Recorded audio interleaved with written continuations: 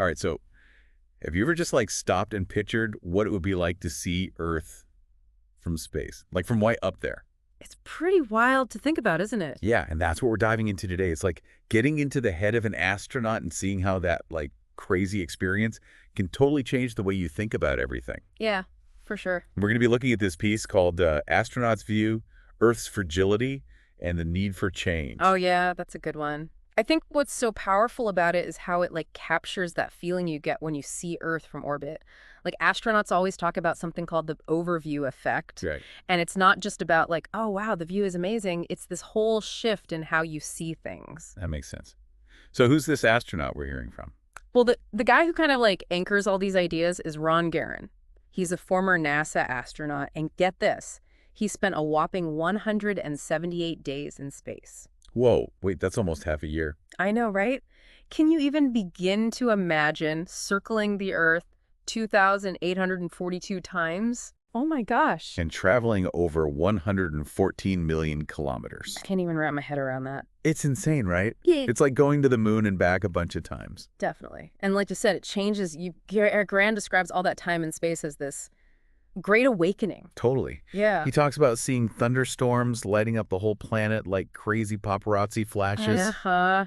I love that analogy. Right. And then there's the auroras, Yeah. like shimmering, glowing curtains just hang there in space.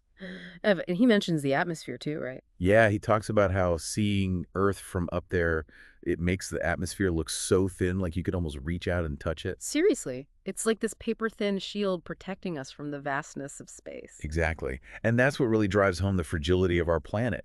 You know, Garen even compares it to a contact lens on an eyeball. Like that's how delicate our atmosphere is. Wow, that's like a really powerful image.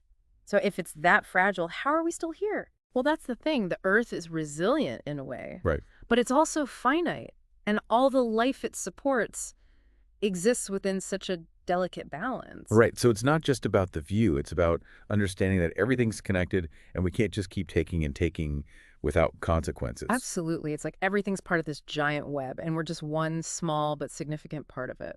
And that kind of leads into the next point he brings up, right? Yeah. About this kind of lie we're living here on Earth. Oh, yeah, totally. Like here he is seeing this incredible interconnectedness from space. Mm, But then back on Earth, it's like everyone's just going about their business as if the planet's just some resource we can endlessly exploit. right. It's like this disconnect between what we know and what we actually do. Exactly. And that disconnect, it's at the heart of so many problems we face. Like it's why we're struggling with things like climate change and pollution and deforestation, you know?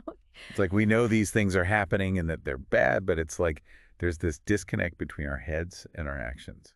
Yeah, totally. And Gurn's not saying we're all like bad people or anything. It's more like we're stuck in a system that doesn't really value the planet. A system that makes it hard to make choices that are good for the Earth, you know? Right, like think about it. How many times do you pick the cheaper option even if you know it's not that great for the environment? Like Yeah. fast fashion or single-use plastics. Oh, yeah, all the time. Exactly.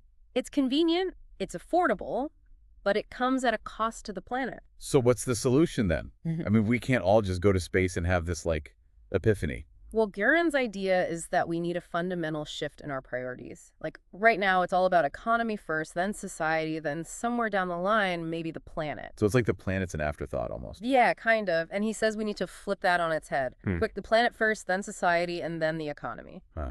So like if the planet's healthy, everything else can thrive. Exactly. It's like recognizing that we need a healthy planet to have a functioning society and a thriving economy. You know, Okay, that makes sense. But how do we actually make that change? Like practically speaking.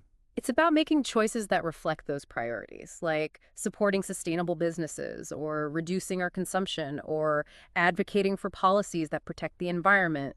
You know, all those things. So it's not just about big sweeping changes. It's about the little things we do every day. Yeah, totally. Like it's about being mindful of where our food comes from, how much energy we use, how we dispose of our waste, all those things. It sounds simple, but I imagine it's pretty hard to change our habits like that. Oh, for sure. But even small changes can make a difference. And the more people who make those changes, the bigger the impact will be. This deep dive has been so eye-opening. It really makes you think about our place in the universe. It does, right? It's like suddenly we're not just these isolated individuals. We're all connected to this incredible living planet. And it's up to us to protect it. Absolutely. So I guess the big question is, what can each of us do to live in greater harmony with our planet? Like, what small changes can we make today that will ripple outwards and create a better future for everyone? That's a great question to leave us with, I think. Yeah, for sure. Something to think about. Definitely. Thanks for joining me for this deep dive. My pleasure. I always enjoy these conversations. Me too. All right, until next time. See you then.